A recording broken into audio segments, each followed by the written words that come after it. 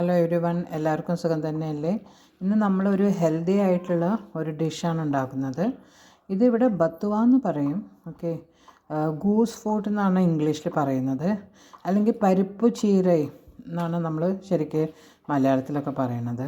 പരിപ്പ് ചീരയുണ്ടല്ലോ, നമ്മൾ പരിപ്പ് കറിയൊക്കെ ഉണ്ടാക്കാൻ ഉപയോഗിക്കാറുണ്ട് ഈ ചീര.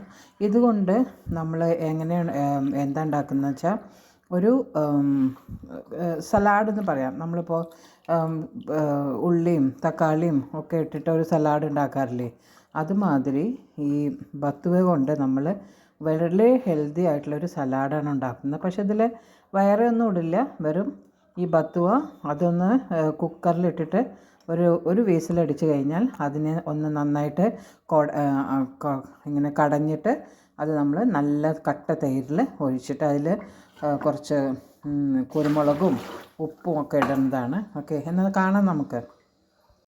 ഇത് നമ്മൾ കുക്കറിൽ ഇട്ടിട്ടുണ്ട്. ഇപ്പോൾ കുക്കറിൽ ഇങ്ങനെ നിറഞ്ഞ് കിടക്കുന്നുണ്ട് കേട്ടോ, പക്ഷേ അതൊരു സീറ്റ് അടിച്ചാൽ ഇത്രയേ ഉണ്ടാവുള്ളൂ, കുറച്ചേ ഉണ്ടാവുള്ളൂ.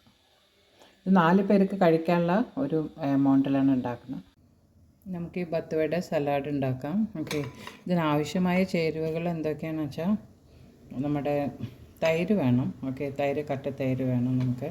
പിന്നെ നമ്മൾ ഇതുണ്ടല്ലോ ചീര, നമ്മളൊന്ന് വിസിലടിച്ചിട്ടുണ്ട് 4 പ്രാവശ്യം ഇതിൽ കുക്കറിൽ. അതിനുശേഷം ഇതിനെ ഒന്ന് കൈ കൊണ്ട് ഞെരടി, അല്ലെങ്കിൽ ഞാനിങ്ങനെ ഇത് വെച്ചിട്ടൊന്ന് ഇങ്ങനെ ഇതാക്കി, അപ്പോൾ അതങ്ങനെ പൊടിഞ്ഞു പോവും. ഓക്കെ, പിന്നെ ആവശ്യമുള്ളത് കുറച്ച് കുരുമുളക് പൊടിയും പിന്നെ ഉപ്പും.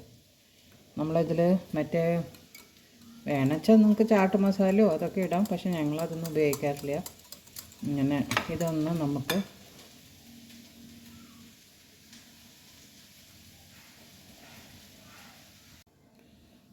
ഈ തൈരിനെ ഒന്ന് ഉടച്ചെടുക്കാം.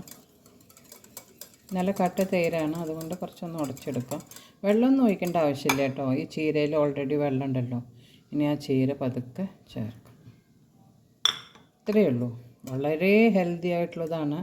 അതായത് വയറിനൊക്കെ ചിലവർക്ക് അസുഖം ഉണ്ടാവുമല്ലോ, അവർക്കൊക്കെ വളരെ നല്ല ഒരു ട്രീറ്റാണ് കേട്ടോ.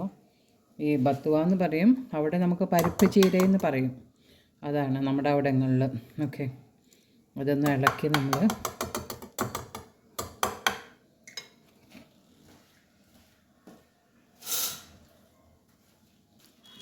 ഇനി ആവശ്യത്തിനുള്ള ഉപ്പിട്ട് കൊടുക്കാം. ഉപ്പ് കൂടിയോ? പിന്നെ കുറച്ച് കുരുമുളക് പൊടി.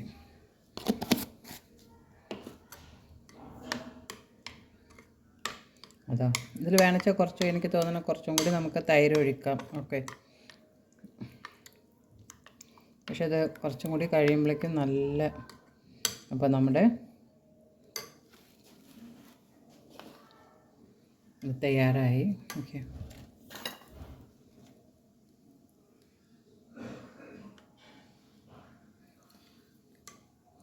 ഉപ്പ് അതൊക്കെ പാകത്തിനാണ്.